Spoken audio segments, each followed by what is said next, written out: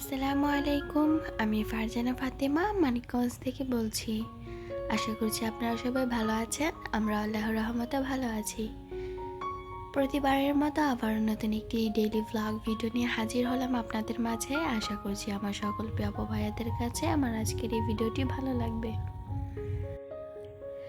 যে যেখান থেকে আমার আজকের ভিডিওটি দেখছেন, আশা করব লাইক দিয়ে পুরো ভিডিওটি সম্পূর্ণ করবেন। এতে করে আমার এই ভিডিওটি আর অনেকের কাছে পৌঁছাতে সাহায্য করবে। বেশ কয়েকদিন ধরে ভাবছি ছাদে যাব, তবে আর বিকালবেলা সময় হয়ে ওঠে না, কাজ করতে থাকি, না হয়তো ছেলেকে ঘুম পাড়াতে গিয়ে নিজেই ঘুমিয়ে যাই। আজকে ছাদে এসেছি, তো ভাবলাম আপনাদের সাথে একটু ভিডিও শেয়ার করি। আর অনেকদিন আগে দেখে গিয়েছিলাম এইখানটাতে একটা বড় পেয়ারা আছে, তো ভাবলাম যে আজকে ছাদে থেকেও ঘুরে আসি আর পেয়ারাটাও নিয়ে আসি। তো এসে দেখি কপাল খারাপ, বড় পেয়ারাটা আজকে কে যেন চুরি করে নিয়ে গিয়েছে।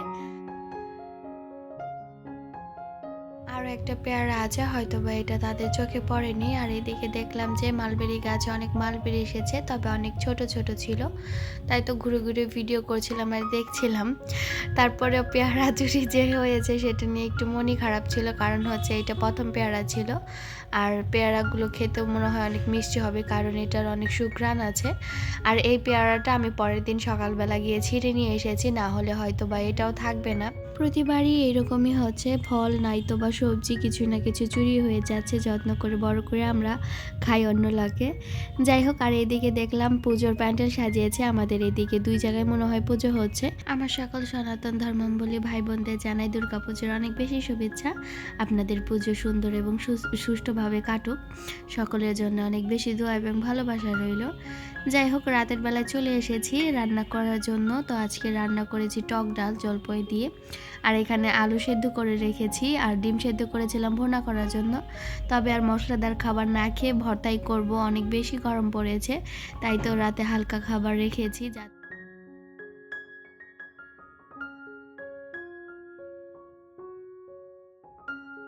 ভিডিওটি দেখতে দেখতে যারা এ পর্যন্ত চলে এসেছেন কিন্তু লাইক দিতে ভুলে গিয়েছেন, দয়া করে এখন একটি লাইক দিয়ে দিন।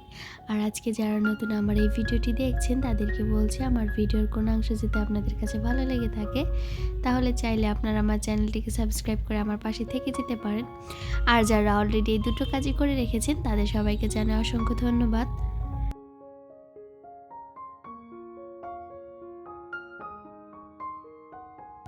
বেশ কয়েকদিন যাবৎ অনেক বেশি গরম পড়েছে, যার কারণে দিনের বেলায় রান্না করতে আমার ভালো লাগছে না। তাই তো সময় করে রাতের রান্নাটা করে নিই, যাতে সকাল পর্যন্ত খাবার হয়ে যায়। যাই হোক, এখন আমি এখানে দুই ধরনের ভর্তা করব, একটা হচ্ছে শুধু আলু ভর্তা আর একটা হচ্ছে ডিম দিয়ে আলু ভর্তা। আর রাতে এভাবে অল্প স্বল্প কাজ গুছিয়ে রাখলে সকালবেলায় আর কাজের তেমন একটা চাপ থাকে না, সুন্দর সকাল উপহার পাওয়া যায়। যাই হোক, আমি রাতের খাবারটা খুব তাড়াতাড়ি খেয়ে নিচ্ছি। এখানে আমার ভর্তা বানানো শেষ, তো তাদেরকে ডাকলাম, তারা এখন খাবে না।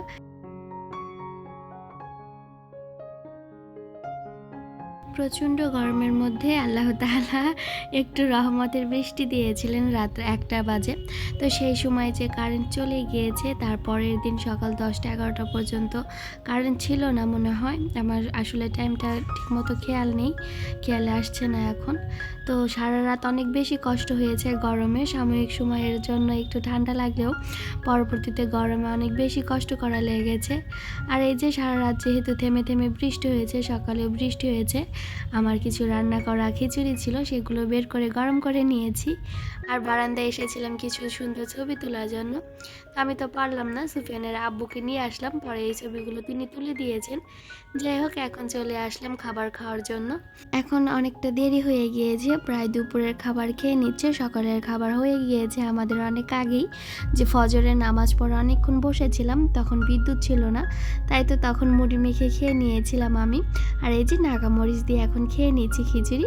আমি খাবার খেতে থাকি আর আপনাদের কাছ থেকে বিদায় নিয়ে নিই। সবাই ভালো থাকবেন, আল্লাহ হাফেজ।